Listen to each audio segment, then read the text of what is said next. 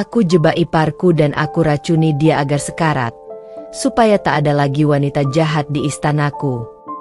Semua aku lakukan karena sikapmu yang sudah keterlaluan. Assalamualaikum warahmatullahi wabarakatuh. Selamat datang di LA Stories. Di balik senyuman ada air mata yang tak terlihat. Di balik tawa, ada kisah yang tak pernah diceritakan. Ini adalah LA Stories, tempat di mana kisah nyata jadi pelajaran, dan luka hati jadi kekuatan. Setiap cerita di sini bukan sekadar drama, tapi potongan hidup yang bisa jadi cermin untuk kita semua. Siapkan hatimu, karena apa yang kamu dengar bisa mengubah cara pandangmu selamanya. Ini bukan sekadar cerita. Ini adalah kenyataan yang belum tentu sanggup kamu jalani. Setelah bertahun-tahun bersabar menghadapi ipar perempuannya yang jahat, manipulatif, dan terus-menerus menghina serta menghasut suaminya, Dinda akhirnya membalas. Iparnya, Naya, selama ini diam-diam merusak rumah tangga Dinda, menyebarkan fitnah bahwa Dinda wanita mandul, pembawa sial, bahkan menuduh Dinda mencuri uang keluarga. Saat suaminya mulai terpengaruh dan mulai ikut merendahkan dirinya, Dinda tak tinggal diam. Dengan kecerdasan dan ketenangan, Dinda menyusun rencana elegan untuk menjebak Naya dengan racun pelan-pelan yang merusak kesehatannya secara psikologis dan fisik, membuat Naya sekarat secara mental dan tubuh. Namun semua ini tak dilakukan Dinda semata karena benci. Ia ingin satu hal, menyingkirkan pengaruh jahat dari istananya, rumah tangganya yang dulu indah. Di setiap bab, akan terungkap bagaimana Dinda memerangkap musuhnya dengan strategi psikologis penuh siasat, membuat Naya dihancurkan oleh kejahatannya sendiri.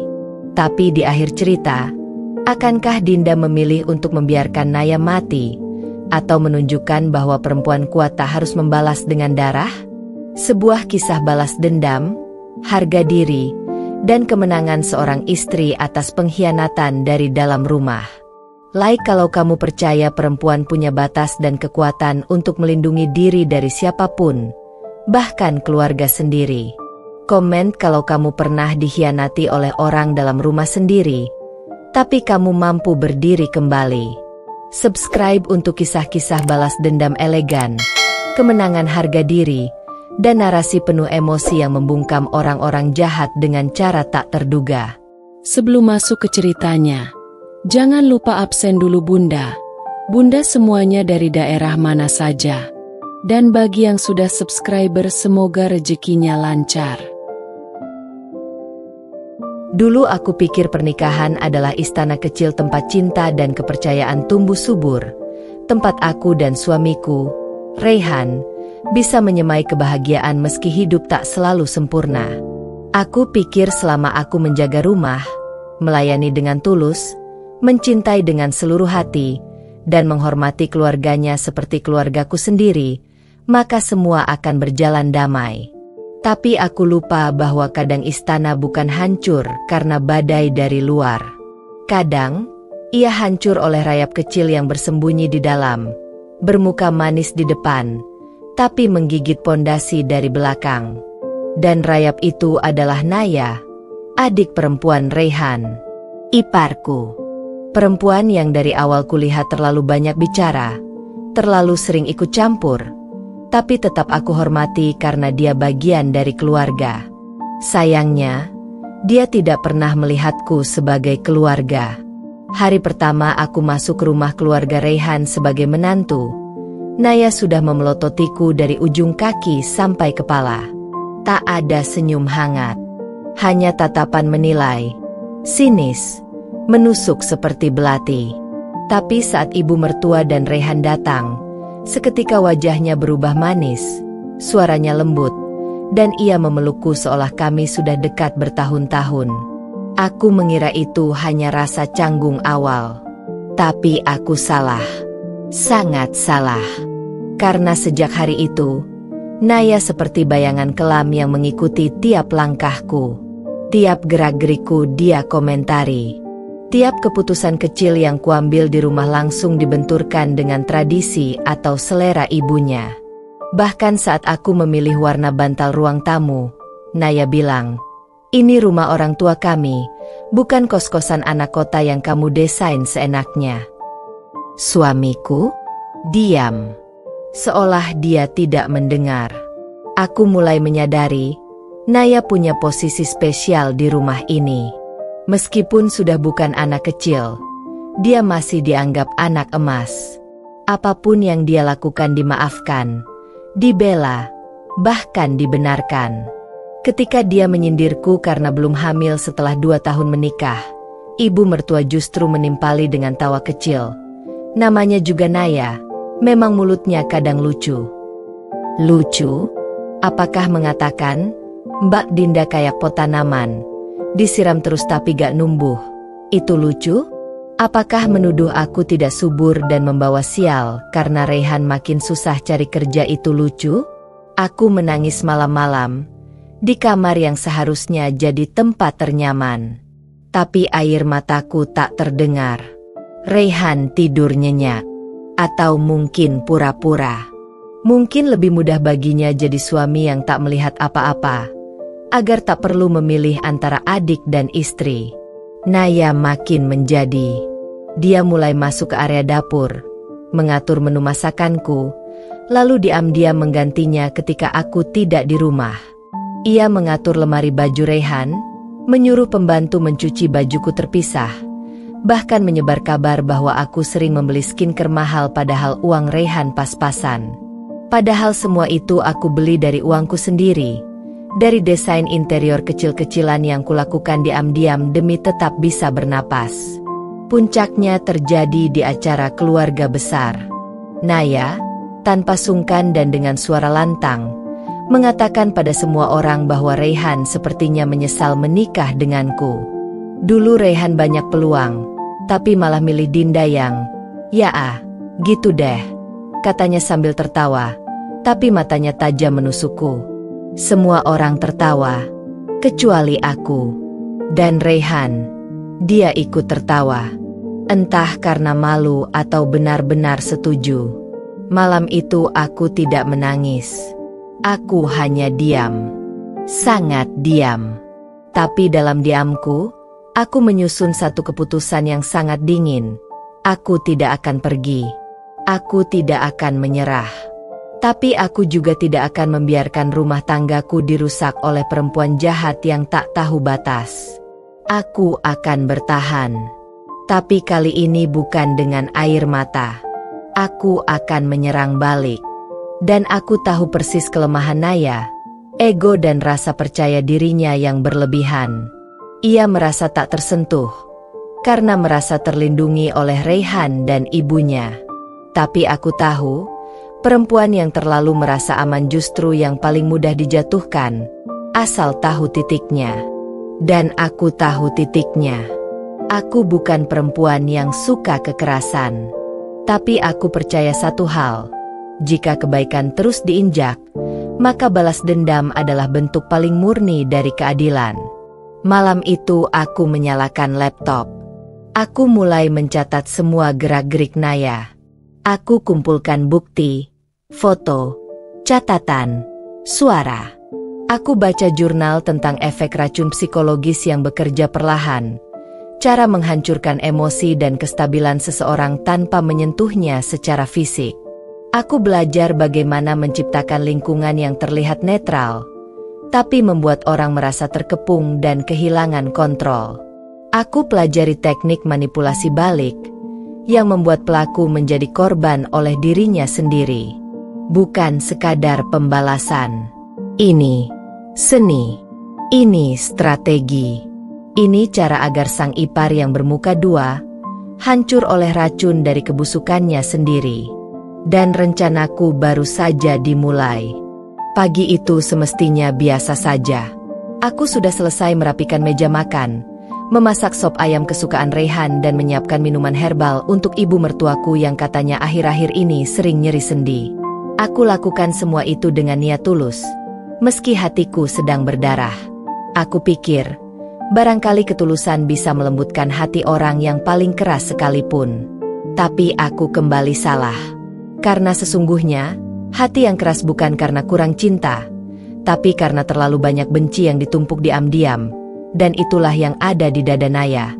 Semuanya tampak tenang sampai saat Raihan turun dari kamar, disusul oleh ibu mertuaku. Aku mengantar teh ke meja ruang tengah, lalu duduk sebentar, berharap bisa ikut mengobrol hangat. Tapi Naya tiba-tiba masuk, menyambar topik, dan memelintir suasana dalam hitungan detik. Dengan nada datar namun menyengat, ia berkata sambil menatap ke arah perutku. Udah 2 tahun ya, Mbak Dinda? Tapi perutnya masih rata. Pasti nyaman ya hidup di rumah keluarga suami tanpa perlu ngurus anak. Kalimat itu mengguncangku. Ruangan seketika sunyi. Tapi dia mereka bukan karena kaget, melainkan karena mereka terlalu sering mendengar nada sinis Naya, dan tak merasa itu salah. Naya tidak berhenti di situ. Ia tertawa kecil, lalu menatap ibu mertuaku sambil mengangkat alis. Ibu, jangan-jangan Raihan yang harusnya disuruh cek. Tapi ya, siapa tahu yang bermasalah malah istrinya, kan? Mandul itu kadang gak kelihatan.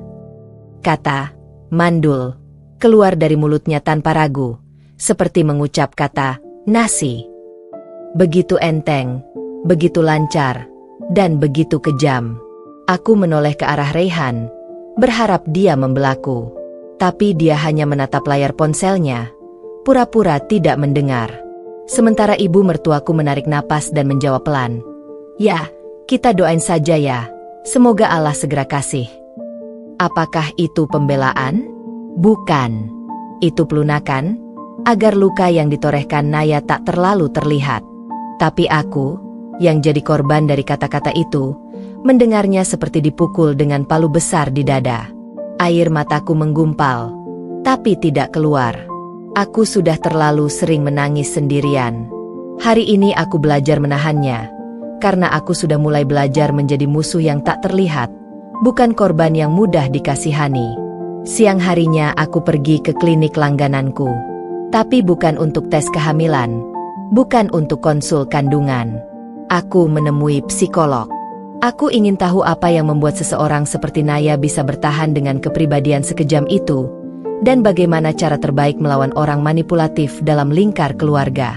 Psikologku berkata, orang seperti ipar Anda biasanya punya kombinasi narsistik dan superiority kompleks. Dia merasa dunia harus berputar di sekitarnya, dan dia merasa semua perempuan lain adalah ancaman terhadap kedudukan itu. Kalau begitu, kenapa dia begitu membenci aku? Tanyaku. Karena kamu tidak tunduk. Kamu berusaha berdiri. Orang seperti dia ingin kamu sujud dan kalah. Tapi kamu malah bertahan, dan itu membuatnya panik. Kalimat itu menancap dalam sekali. Malam itu, saat aku pulang ke rumah dan mendapati Naya duduk dengan santainya di sofa, tertawa bersama Raihan menonton serial, aku tidak lagi merasa kecil. Aku tahu kini bahwa tawanya adalah topeng. Aku tahu bahwa yang sebenarnya rapuh bukan aku, tapi dia. Dan aku tidak akan menyerang dengan teriakan. Aku akan menyerang dengan diam, satu demi satu. Aku mulai mencatat waktu tidur dan bangun Naya. Apa yang dia makan. Kebiasaan dia menyimpan camilan. Bahkan jenis parfum dan sabun favoritnya. Aku mulai menaruh kamera kecil di salah satu rak dekat dapur, dan satu alat perekam suara kecil di ruang tamu. Bukan untuk menyakiti, tapi untuk bersiap ketika waktunya tiba. Lalu aku mulai meramu. Bukan racun kimia, tapi sesuatu yang pelan tapi pasti membuat tubuh dan pikirannya runtuh. Aku memasukkan bubuk herbal yang menyebabkan gelisah ringan dalam minuman favoritnya, matcha latte buatan sendiri. Lalu aku mulai membisikkan hal-hal kecil, seolah tak sengaja, tapi terus-menerus. Mbak Naya kelihatan capek ya akhir-akhir ini. Atau, tadi kamu ngomong apa? Suaranya bergetar, kayak orang gugup.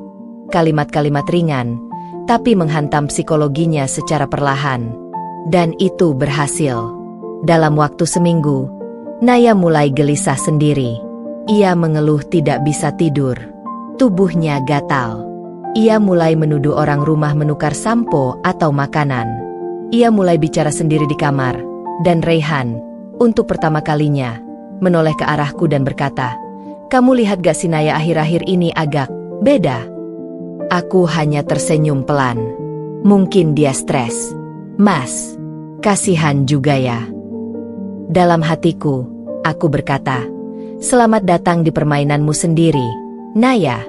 Ini baru pembukaan. Kamu kira kamu bisa hancurkan aku dengan kata mandul? Aku akan buktikan, perempuan yang kamu sebut mandul ini bisa melahirkan kehancuran, yang kamu sendiri tidak akan mampu menanggungnya. Dan istana ini akan kembali jadi milikku, tanpa dirimu di dalamnya." Aku pikir suamiku, Raihan, setidaknya akan bisa membedakan mana yang benar dan mana yang fitnah. Kupikir hatinya masih berpihak padaku meski ia tidak pernah secara terang-terangan membelaku dari mulut adiknya yang tajam dan ibunya yang dingin. Tapi sore itu, semua keyakinanku tumbang dalam sekali hentakan. Saat aku baru selesai menyapu halaman depan, napas masih berat, peluh menetes di dahi, Raihan pulang lebih awal dari kantor. Ia tidak menyalamiku seperti biasa. Tidak ada senyum. Tidak ada sapaan. Yang ada hanya wajah muram, tegang, dan suara yang dingin seperti batu karang yang sudah lama tidak disapa ombak. Aku perlu bicara. Aku berdiri membeku. Tak tahu apa yang akan dia katakan. Tapi tatapan matanya seperti menuduh. "Apa maksud kamu masukin sesuatu ke makanan Naya?" Pertanyaannya menghujam dadaku seperti anak panah berapi. Sakit, panik. Tapi yang lebih menyakitkan adalah kenyataan. Dia tahu. Entah bagaimana. Mungkin Naya mulai mencium sesuatu. Atau pura-pura tahu untuk menjebakku. "Apa maksudmu, Mas?" Suaraku bergetar. "Dia bilang kamu racuni dia. Tiap malam dia susah tidur, mual, dan makin parah sejak kamu mulai sering bikin minuman buat semua orang. Dia yakin kamu yang bikin semua itu. Kamu ngaku aja. Kamu benci dia kan?" Aku menatap Raihan lama. Kukira suaraku akan pecah karena amarah. Tapi ternyata tidak. Aku terlalu syok untuk marah. Karena yang berbicara ini adalah lelaki yang dulu bersumpah akan jadi pelindungku. Lelaki yang dulu menggenggam tanganku dan berkata, "Aku gak akan biarin siapapun sakiti kamu."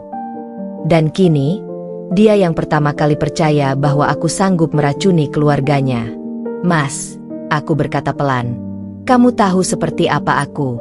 Kamu tahu aku tahan banting. Kamu tahu aku sabar. Tapi kamu juga tahu aku gak akan pernah berbuat jahat ke siapapun. Apalagi di rumah ini. Kamu sungguh percaya aku segitu kejamnya?" Raihan tidak menjawab. Ia menunduk. Tapi diamnya bukan berarti ragu. Diamnya adalah tanda dia sudah menelan racun fitnah itu. Bulat-bulat. Aku berjalan pelan ke dalam rumah, menuju meja makan, mengambil segelas air. Tanganku gemetar. Di belakangku, suara Raihan masih terdengar. "Kamu terlalu berubah, Din. Sekarang kamu terlalu diam, terlalu tenang. Dulu kamu lembut. Sekarang kamu seperti nyimpen sesuatu. Aku gak tahu kamu lagi rencana apa." Aku memutar tubuh, menatapnya lurus. "Dulu aku lembut, Mas. Tapi kelembutan itu diinjak tiap hari oleh keluargamu. Sama adikmu. Sama ibumu. Kamu diam aja. Kamu pikir aku gak terluka? Kamu pikir aku gak hancur waktu kamu tertawa saat adikmu sebut aku mandul? Kamu pikir aku gak sakit tiap malam tidur sendiri karena kamu lebih pilih ngobrol sama ibumu di ruang tamu sampai tengah malam ketimbang peluk istrimu?" Raihan mengalihkan pandangan. Tapi aku tak peduli. Aku sudah terlalu lama diam. "Kamu tanya kenapa aku berubah? Aku berubah karena aku gak bisa terus jadi boneka yang diam saat diinjak. Karena aku sadar, istri bukan budak, ipar bukan ratu. Dan rumah ini bukan istana kalau aku terus jadi pelayannya." Aku berhenti bicara. Nafasku sesak. Tenggorokanku panas. Tapi air mata belum jatuh. Raihan menggigit bibirnya, lalu menjawab pelan, "Aku pikir, kita butuh waktu pisah dulu." Hatiku terhenti. Apa? Aku mau tinggal di rumah mama dulu. Biar kamu juga tenang. Biar aku bisa berpikir. Dan kamu juga. Silakan pikir. Kamu mau terus begini atau... Aku tak dengar kalimat lanjutannya. Dunia seperti runtuh menimpa telinga dan kepalaku. Aku berdiri sendiri di ruang tamu yang kosong. Suamiku, lelaki yang dulu ku percaya, pergi. Bukan karena aku salah, tapi karena dia memilih percaya pada racun mulut adiknya. Malam itu aku menangis. Tapi bukan tangis hancur. Tangisku malam itu adalah tangis kemarahan. Tangis pembuktian. Tangis yang mematri satu janji dalam hatiku.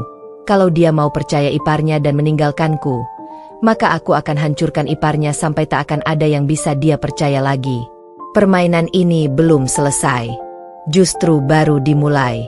Malam setelah Raihan meninggalkan rumah adalah malam tergelap sepanjang hidupku. Tapi justru dalam kegelapan itu aku menemukan jalan menuju kebenaran yang selama ini kusangka hanya firasat. Aku tidur dengan mata terbuka. Jantungku berdetak seperti genderang perang. Bukan karena takut, tapi karena ada satu hal yang tak berhenti menghantui pikiranku sejak Raihan menyebut bahwa aku terlalu berubah. Itu bukan kalimat biasa. Itu adalah suara dari seseorang yang sedang dihasut terus-menerus. Seseorang yang pikirannya sudah dipenuhi racun. Dan aku yakin racun itu bukan sekadar dari mulut, tapi dari komunikasi diam-diam yang aku belum tahu bentuknya. Keesokan harinya, setelah Raihan benar-benar pergi dan rumah hanya berisi aku dan udara dingin yang menggantung tanpa suara, aku duduk di kamarku sendiri. Lama. Sampai aku buka laptop Raihan yang tertinggal di meja kerja. Mungkin karena terburu-buru saat pergi. Awalnya aku ragu. Tapi jari-jariku seperti bergerak sendiri, mengikuti naluri yang tak bisa dibohongi. Password. Aku tahu. Tanggal ulang tahun kami. Lucu, kan? Bahkan setelah semua ini, dia masih menyimpan sandi dengan kenangan yang dulu indah. Laptop terbuka. Gmailnya otomatis login. Lalu aku klik ikon percakapan Hangouts. Hampir saja aku menutupnya kembali. Tapi nama itu muncul jelas. Naya Raihan. Kubuka percakapan itu dengan tangan gemetar. Dan disitulah semuanya pecah. Segala dugaan, segala firasat, segala luka, berubah menjadi bukti konkret yang lebih menyakitkan dari apapun. Naya. Mas, kamu yakin dia gak curiga? Aku gak tahan lagi tinggal satu atap sama dia. Raihan. Tenang aja. Dinda orangnya polos. Selama kamu masih kelihatan manis di depan ibu, dia pasti mikir itu cuma perasaan doang. Naya. Masih gak ngerti juga dia ya, kalau rumah ini milik keluarga besar kita, bukan buat perempuan numpang macam dia. Raihan. Sabar. Nay.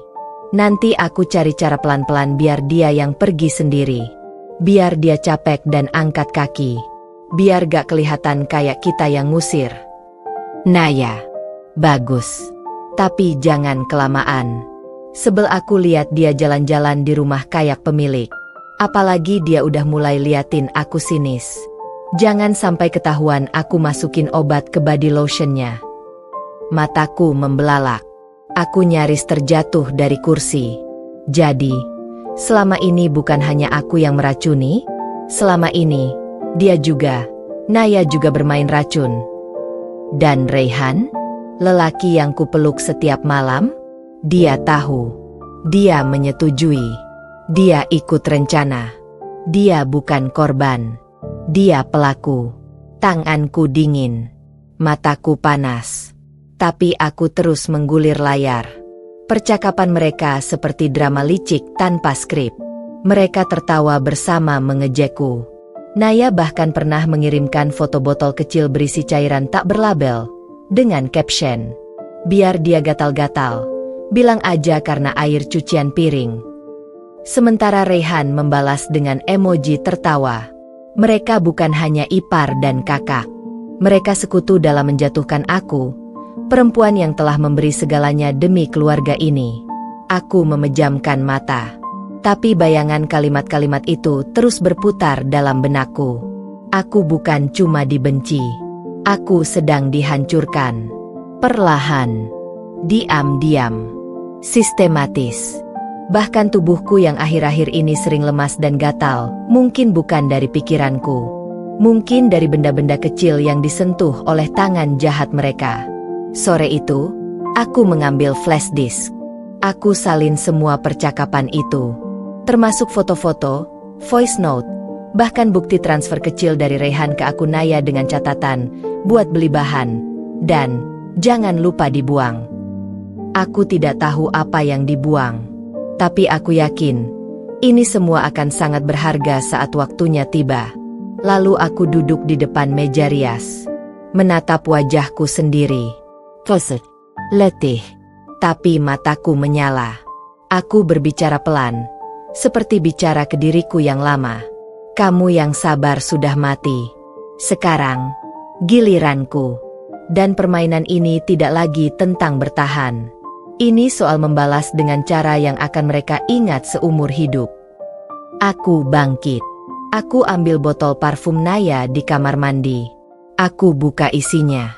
Kuteteskan cairan khusus yang membuat kulit jadi kemerahan dan iritasi ringan. Bukan racun berat, tapi cukup untuk membuatnya mulai panik bahwa tubuhnya sedang rusak. Karena kali ini, aku tidak akan lagi jadi korban. Aku akan jadi mimpi buruk yang mereka ciptakan sendiri. Dan permainan ini akan segera pecah dalam cara paling tak terduga. Aku tahu sejak awal mereka tak pernah benar-benar menerimaku sebagai bagian dari rumah ini.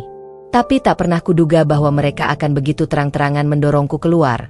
Bukan hanya dari rumah ini, tapi dari hidup Rehan, dari ruang yang pernah kupikir adalah tempatku, dari seluruh jejak yang telah kucurahkan dengan cinta dan kesetiaan. Hari itu, tanpa drama, tanpa preambule, tanpa basa-basi, mereka menyusun panggung pengusiran yang mereka kira rapi.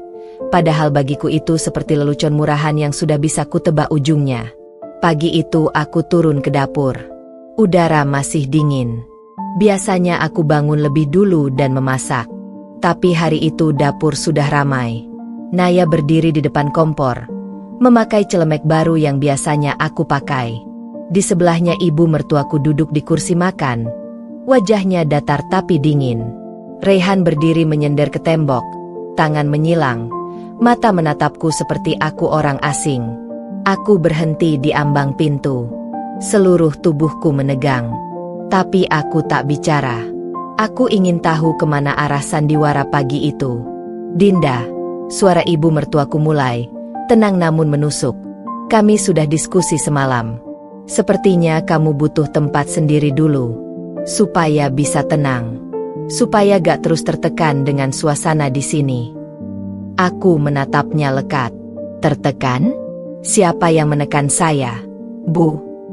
Ibu mertuaku menghela napas. Kamu tahu sendiri bagaimana hubungan kamu dengan Naya. Rumah ini jadi gak enak. Rehan juga bilang kamu makin sulit diajak komunikasi. Jadi, kita pikir sebaiknya kamu pergi dulu. Kita semua butuh jarak. Pergi kemana? Tanyaku pelan, menahan api yang sudah menyala di dada. Rehan menyela. Kamu bisa ke rumah orang tuamu. Atau sewa kos. Sementara aja. Biar rumah ini gak makin panas. Kamu juga butuh ruang introspeksi. Din. Aku tertawa kecil. Pahit. Ruang introspeksi?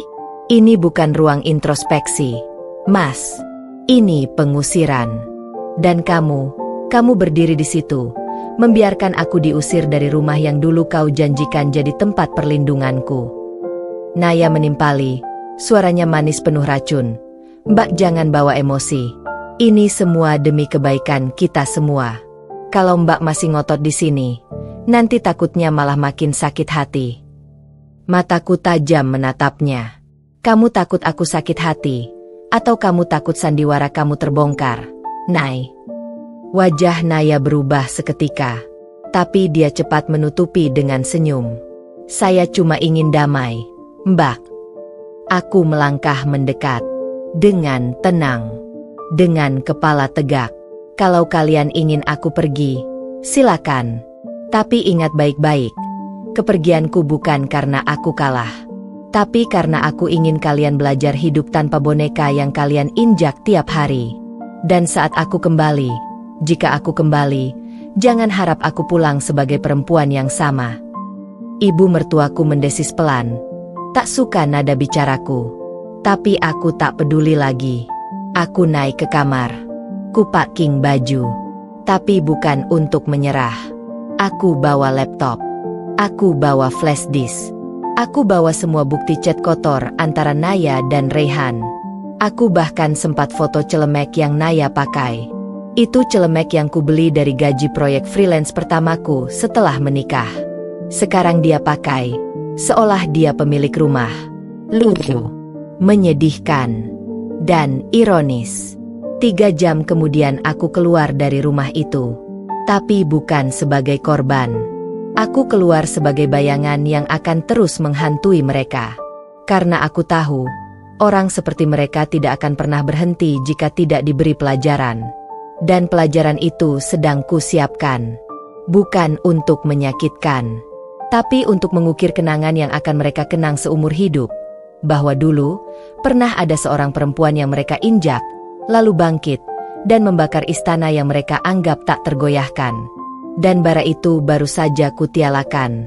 Mereka pikir dengan mengusirku, mereka menang. Mereka pikir dengan melemparku keluar dari rumah, mereka telah menghapus keberadaanku. Tapi mereka tidak tahu, bahwa dalam diamku, aku tidak pernah benar-benar pergi. Aku hanya mundur 1 langkah, untuk mengatur seluruh papan permainan ini agar mereka sendiri yang jatuh ke lubang perangkap yang mereka gali. Aku tinggal di rumah sahabat lamaku, Dira, seorang single mom yang kuat, cerdas, dan berani. Aku tahu aku tidak bisa tinggal selamanya di sana. Tapi untuk sekarang, tempat itu adalah pos pertahanan awal, tempat aku menyusun strategi, menyembuhkan luka, dan membangun kembali identitasku bukan sebagai korban, tapi sebagai pengendali. Dira mendengar ceritaku dari awal sampai akhir tanpa memotong. Matanya berkaca-kaca. Wajahnya menegang tiap kali kutunjukkan potongan percakapan Naya dan Reyhan di laptop. Ia menggenggam tanganku erat. Mereka pikir kamu lemah. Tapi sekarang giliran kamu buat mereka tahu siapa Dinda sebenarnya. Aku mengangguk. Tapi bukan hanya itu. Aku tidak hanya ingin membalas. Aku ingin membongkar semua kebusukan mereka di hadapan orang-orang yang selama ini ikut memojokkanku. Aku ingin seluruh keluarga Reyhan tahu siapa sebenarnya Naya, siapa sebenarnya Reyhan yang mereka banggakan. Aku ingin mereka tahu bahwa aku bukan perempuan yang bisa diinjak dan tetap diam. Langkah pertama, menguasai informasi. Aku mulai mencatat semua rutinitas mereka, lewat media sosial, lewat grup keluarga, lewat kontak orang dalam rumah yang masih simpati padaku. Mbak Atik, asisten rumah tangga yang sudah lama bekerja di rumah mertuaku. Ia diam-diam memberi laporan padaku tentang apa yang Naya lakukan, tentang bagaimana Reyhan sekarang mulai berani membawa perempuan ke rumah, perempuan yang katanya hanya teman kerja. Langkah kedua, mengumpulkan bukti yang bisa menjatuhkan. Aku tidak bisa hanya bersandar pada percakapan di laptop. Aku butuh lebih. Rekaman suara, foto, transfer rekening, jadwal, kebiasaan. Aku ingin setiap gerak mereka terdokumentasi. Setiap kesalahan mereka dikurung dalam jejak digital yang tidak bisa mereka hapus.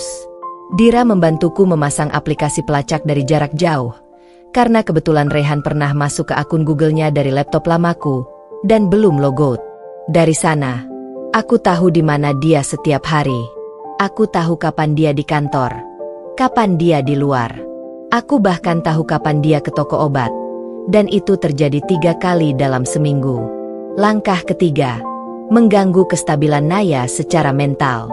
Aku mengirimkan bunga ke rumah, anonim. Di kartu ucapan tertulis, seindah apapun wajahmu, tak akan bisa menutupi busuk hatimu. Salam dari masa depanmu. Aku tahu itu membuat Naya gelisah. Mbak Atik melaporkan bahwa malam itu Naya mengamuk di kamar, menuduh siapapun yang lewat sebagai penguntit. Ia bahkan sempat menyuruh Raihan mengecek CCTV. Tapi aku tahu mereka tak akan menemukan apa-apa.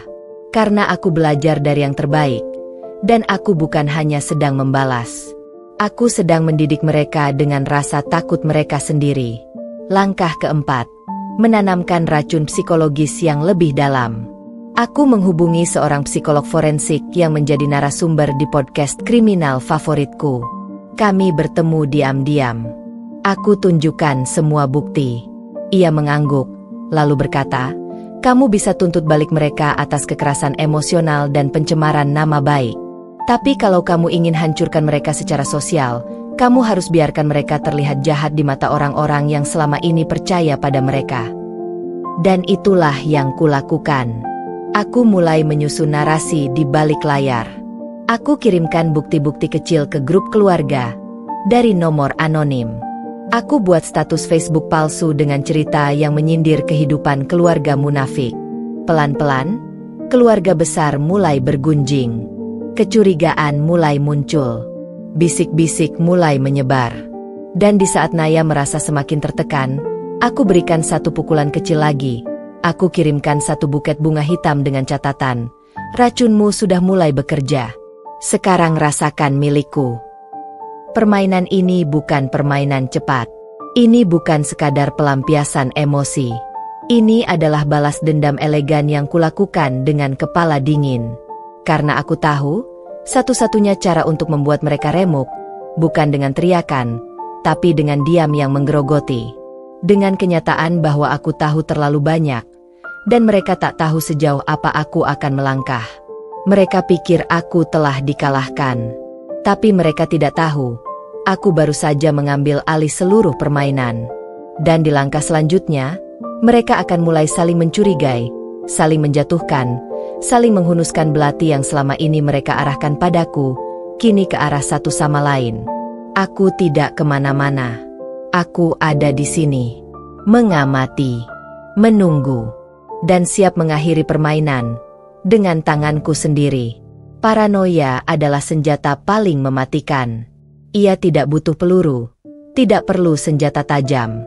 Cukup serpihan keraguan yang kecil, maka manusia bisa runtuh oleh pikirannya sendiri. Dan untuk Naya, perempuan dengan ego sebesar istana namun dengan jiwa serapuh kaca, aku tahu bahwa hanya butuh satu titik dorongan untuk membuat dunianya retak. Dan aku sudah tahu di mana letaknya, di dalam piring makanannya sendiri. Naya punya kebiasaan yang tak pernah berubah sejak aku masuk ke keluarga Raihan. Setiap Jumat sore, ia selalu meminta dibuatkan milkshake stroberi dingin, lengkap dengan whipped cream dan taburan kacang almond. Ia bilang itu ritual yang tak bisa ditinggalkan. Katanya itu satu-satunya cara dia melepaskan stres setelah seminggu hidup dengan orang kampungan. Ya, begitu cara dia menyebutku diam-diam, tanpa tahu aku mendengarnya di balik pintu dapur. Dan sekarang, milkshake itu adalah pintu masukku. Aku tidak lagi tinggal di rumah itu, tapi Mbak Atik, asisten rumah tangga yang masih setia padaku, masih bekerja di sana. Ia tahu betul penderitaanku. Ia menyaksikan semua perlakuan kejam Naya dan diamnya Raihan. Ia tak bisa melawan, tapi ia memilih berpihak. Dan itu cukup. Hari Jumat sore itu, aku mengirimkan satu toples kecil berisi serbuk putih ke Mbak Atik. Bukan racun berbahaya. Aku bukan pembunuh. Tapi aku tahu ilmu psikologi lebih dari yang mereka kira. Serbuk itu adalah kombinasi dari herbal yang aman namun memiliki efek ringan. Pusing, jantung berdebar, perasaan tidak stabil, dan mual ringan. Semua itu jika dan hanya jika seseorang memang sudah dalam kondisi mental tertekan. Aku menambahkan sedikit pada susu cair yang biasa Mbak Atik gunakan untuk membuat milkshake stroberi Naya. Dan saat itu disajikan, Naya meminumnya sambil bersandar di sofa ruang tengah. Mulutnya menyindir sinetron yang dia tonton, matanya sinis, hidupnya terlihat begitu nyaman. Aku menonton video rekaman yang dikirim diam-diam oleh Mbak Atik dari kamera kecil yang kusembunyikan beberapa minggu lalu di vas bunga hias. Beberapa menit berlalu, dan ekspresinya mulai berubah. Naya menyentuh pelipisnya. "Kok kayak pusing, ya?" Suaranya samar terdengar. Lalu ia mulai mengeluh, dadanya berdebar. Ia bangkit, berjalan ke kamar, mengambil cermin kecil dari tasnya dan memeriksa wajahnya sendiri. Ia mulai menggigit kuku, lalu panik. Apa tadi yang aku makan? Apa tadi? Gumamnya. Tangannya menggeledah meja makan. Ia bertanya pada Mbak Atik, yang tentu saja bersikap polos. Saya cuma pakai susu biasa, Mbak. Sama seperti minggu lalu. Naya bergegas ke kamar, mengambil ponselnya, dan menelepon Raihan. Mas, aku gak ngerti kenapa, tapi aku ngerasa kayak dikerjain. Aku gak enak badan. Aku takut. Jangan-jangan itu dia, Dinda. Aku tersenyum kecil menonton semuanya.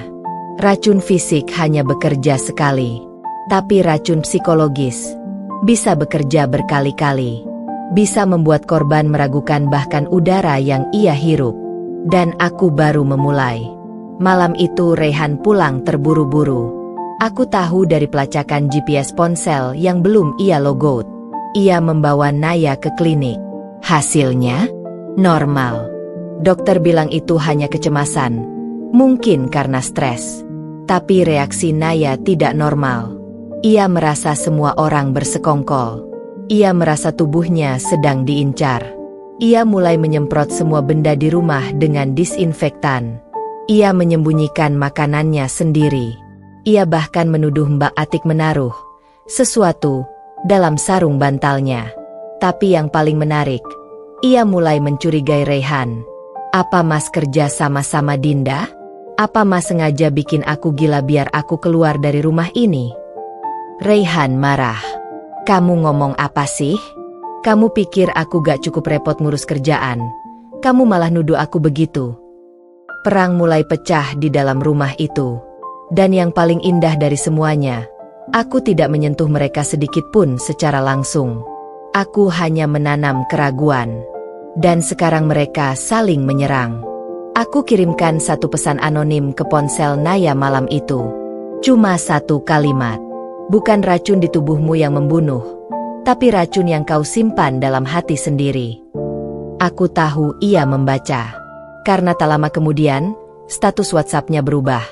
Kalau aku gila, kalian semua harus ikut jatuh. Aku tertawa kecil. Ini baru permulaan. Mereka kira aku sudah habis. Tapi nyatanya, aku masih duduk di kursiku, menonton mereka terbakar di panggung yang mereka bangun sendiri, dengan korek api yang kuberikan secara perlahan. Dan kini, waktunya aku maju selangkah lagi, ke tahap yang lebih terbuka. Karena semakin mereka mencoba bertahan, semakin mereka menggali liang untuk kehancuran mereka sendiri. Kebenaran itu seperti matahari. Bisa kamu tutupi sesaat, tapi ia akan tetap menyinari pada waktunya. Dan bagi keluarga besar Raihan yang selama ini memuja anak lelaki kebanggaan mereka dan si adik perempuan manis nan cerdas bernama Naya, hari itu, matahari mulai menyilaukan. Seminggu setelah Naya dilanda paranoia karena milkshake beraroma racun, aku menyusun rencana berikutnya, mengalihkan fokus dari perang diam-diam menjadi pukulan terang-terangan, tapi tetap elegan. Aku tidak mau tampil sebagai penuduh. Aku ingin mereka melihat sendiri, membaca sendiri, dan percaya sendiri. Dan caraku melakukannya sangat sederhana. Grup WhatsApp keluarga besar. Grup itu dulunya bernama Keluarga Besar Pak Hashim, ayah Raihan yang sudah meninggal. Di situ ada semua, ibu mertuaku, paman dan bibi Raihan dari pihak ayah dan ibu, para sepupu, bahkan 2 tante jauh yang suka gosip tapi aktif komen tiap kali ada foto makanan. Aku sudah lama dikeluarkan dari grup itu setelah drama rumah tangga kami memburuk. Tapi sahabatku Dira, yang kebetulan temannya sepupu jauh Raihan, masih ada akses. Dan dari situlah jalur informasi itu kupakai. Malam itu, satu file PDF dikirim ke grup. Dira mengirimnya dari akun WhatsApp berbeda. Tak ada nama. Hanya sebuah file dengan judul yang tersembunyi dari Naya dan Raihan. Silakan baca dengan pikiran terbuka. File itu berisi screenshot chat Raihan dan Naya, lengkap dengan tanggal, waktu, bahkan kalimat-kalimat kotor dan merendahkan yang ditujukan untukku. Foto-foto bukti transfer uang dari Raihan ke rekening pribadi Naya, yang disebutkan untuk beli bahan, beli cairan, dan catatan janggal lainnya. Rekaman suara Naya saat sedang membual di telepon dengan temannya. Aku udah bisa bikin Dinda gatal-gatal tiap hari cuma dari lotion, tinggal tunggu dia minggat. Satu cuplikan video singkat dari kamera tersembunyi, memperlihatkan Naya memasukkan sesuatu ke dalam gelas Raihan, lalu tersenyum dan berkata, "Biar kamu makin cinta sama aku, Mas." Dan setelah semuanya terkirim, aku hanya duduk dan menunggu. 5 menit, 10 menit. Lalu ponselku bergetar tanpa henti. Dira mengirim tangkapan layar dari grup. Isi grup itu meledak. "Tante Rita. Astagfirullah. Ini beneran? Ini bukan editan? Om Dani. Gila. Ini adik kandung kamu Raihan. Ini kelakuan manusia? Sepupu Raihan. Aku sih dari awal udah curiga sama Naya. Terlalu sempurna di depan orang. Tapi auranya gak enak. Ibu Raihan. Mertua. Ini pasti rekayasa. Ini fitnah. Dinda kalian semua jangan percaya ini. Tante Lilis. Tapi ini lengkap. Bu. Nomor rekening cocok. Tanggal cocok. Suaranya pun jelas suara Naya. Kalau ini bohong, kenapa banyak yang cocok? Sepupu lain. Raihan terlalu diam dari tadi. Kenapa kamu gak klarifikasi, Han? 10 menit kemudian Raihan akhirnya muncul. Raihan, saya lagi verifikasi info ini dulu. Mohon jangan simpulkan sebelum saya kasih pernyataan. Terlambat. Raihan, dunia sudah melihat. Keluargamu sudah tahu. Dan ini baru permulaan. Di saat yang sama, Dira mengirimkan potongan rekaman itu ke salah satu grup komunitas RT tempat rumah Raihan berada. Dengan caption netral, "Hati-hati dengan yang kelihatan sempurna di luar, tapi ternyata bisa sangat membahayakan di dalam." Ini bukti nyata seorang ipar meracuni istri kakaknya. Viral kecil-kecilan pun dimulai. Beberapa tetangga mulai berkomentar, menelpon satu sama lain, membicarakan bahwa keluarga yang selama ini mereka hormati ternyata menyimpan sisi gelap yang mengerikan. Bahkan ada satu ibu tetangga yang diam-diam mengirim chat ke Dira. "Aku pernah lihat si Naya itu keluar rumah jam 11 malam sama cowok beda dari suaminya. Aku pikir temannya. Tapi kok aneh ya." Citra Raihan dan Naya mulai runtuh. Bukan karena aku teriak, tapi karena mereka sendiri yang menuliskannya. Aku hanya memperlihatkannya. Dan di dalam rumah mereka sendiri, ketegangan tak bisa ditutup. Mbak Atik kembali melapor. "Mbak." Naya nangis kejer. Raihan banting gelas. Mereka berantem hebat. Ibunya Mas Raihan diam aja. Rumah kayak mau meledak. Saya takut tapi juga lega. Aku menghela napas panjang. Bukan karena puas, tapi karena untuk pertama kalinya, mereka tahu rasanya dibicarakan, dijatuhkan, dan dihancurkan, tanpa bisa lari. Tapi ini belum akhir. Aku belum puas. Mereka baru goyah. Aku ingin mereka remuk. Dan itu akan terjadi saat aku buka aib terakhir mereka, yang selama ini mereka simpan rapat-rapat, bahkan dari keluarga mereka sendiri. Dan untuk itu, aku perlu satu langkah terakhir yang paling brutal. Panggung terakhir. Dan aku sudah tahu kapan waktunya. Di ulang tahun Raihan. Di depan keluarga besarnya. Di hadapan semua orang yang dulu menyalahkanku. Tidak ada balas dendam yang lebih manis daripada membungkus kehancuran dengan senyum dan pesta. Dan aku sudah mempersiapkan semuanya. Tepat di momen ketika Raihan menyangka dirinya masih punya martabat yang bisa dipertontonkan ke dunia, aku hadir, bukan sebagai mantan istri yang kalah dan terusir, tapi sebagai perempuan yang mengendalikan arah sorot lampu. Kali ini, aku jadi pengarah panggung.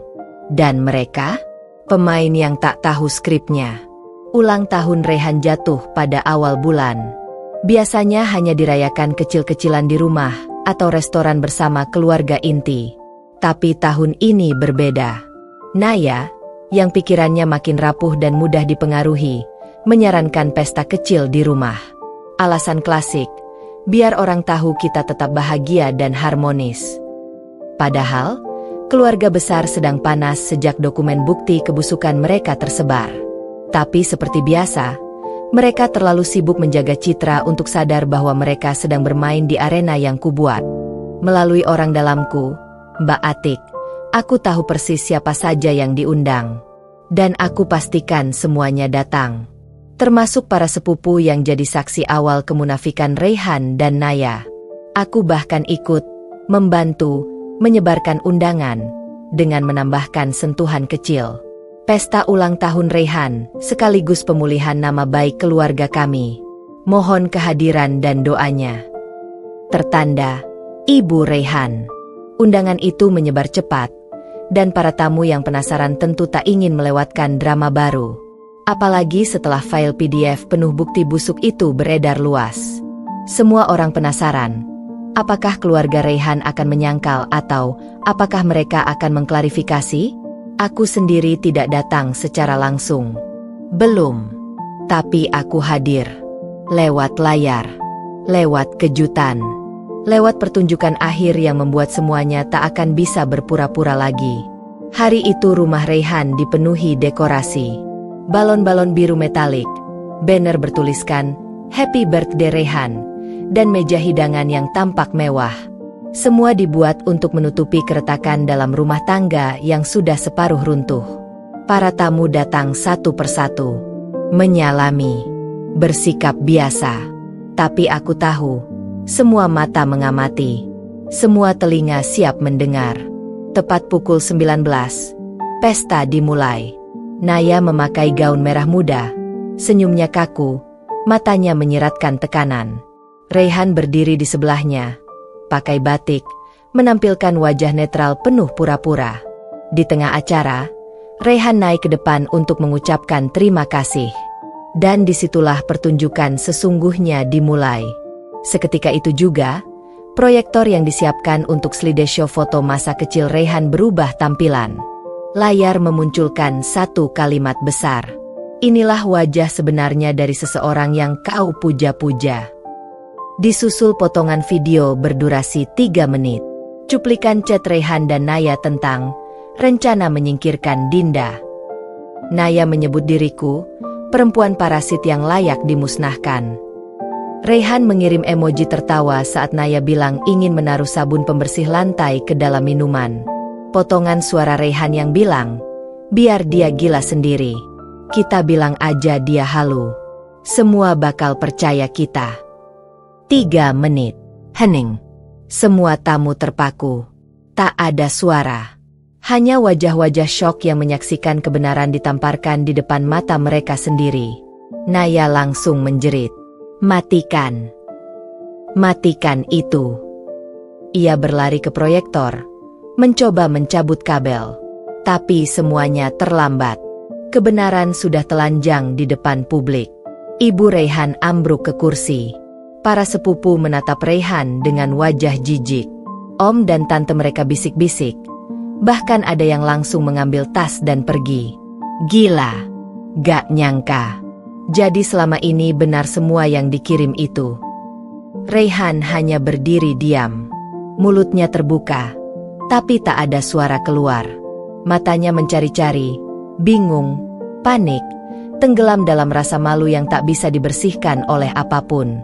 Dan sebagai penutup, satu suara keluar dari speaker. Selamat ulang tahun, Raihan. Semoga panjang umur dan cukup umur untuk mempertanggungjawabkan semua yang telah kamu lakukan. Dari perempuan yang pernah kamu injak, tapi kini berdiri jauh di atasmu, Dinda. Suasana meledak. Naya histeris. Raihan memukul dinding. Ibu mertua menyuruh semua tamu pulang dengan suara gemetar. Tapi semua sudah terlambat. Rumah mereka bukan lagi tempat pesta, tapi kuburan dari reputasi yang mereka bangun dengan dusta. Dan aku duduk di kamar, menonton semuanya lewat laptop, bersama Dira. Dengan segelas teh hangat di tangan, aku tersenyum tenang. Panggung ini baru babak tengah. Tapi aku sudah puas melihat mata mereka membelalak. Aku puas melihat mereka tenggelam dalam ciptaan mereka sendiri. Aku puas karena akhirnya, aku menang. Setelah malam pesta ulang tahun Rayhan berubah menjadi panggung pemaluan terbuka, setelah wajah-wajah mereka terkelupas paksa di hadapan keluarga dan tetangga, aku tahu hanya tinggal hitungan waktu sebelum mereka, orang-orang yang pernah menginjak-injak harga diriku, datang merangkak. Dan seperti yang kuduga, mereka datang. Pagi itu, saat aku sedang membuat kopi di rumah Dira, ponselku berdering. Nomor Rayhan. Aku tak angkat. Lalu satu persatu pesan masuk. Dinda, aku tahu kamu kecewa. Aku salah. Aku hilaf. Tapi tolong, jangan teruskan ini. Kita bisa bicara baik-baik. Keluarga kita berantakan. Mama sok. Naya juga histeris terus. Semua orang sekarang menatap kami seperti sampah. Kamu menang. Tapi tolong hentikan ini. Kalau kamu butuh aku minta maaf di depan umum, aku akan lakukan. Aku membacanya dengan kepala dingin. Bukan karena aku kejam, tapi karena aku tahu, mereka tidak menyesal atas apa yang mereka lakukan. Mereka menyesal karena ketahuan. Lalu, siang itu, giliran Naya yang mencoba menghubungi lewat nomor tak dikenal. Suaranya terdengar kecil, gemetar, mencoba bersikap lembut.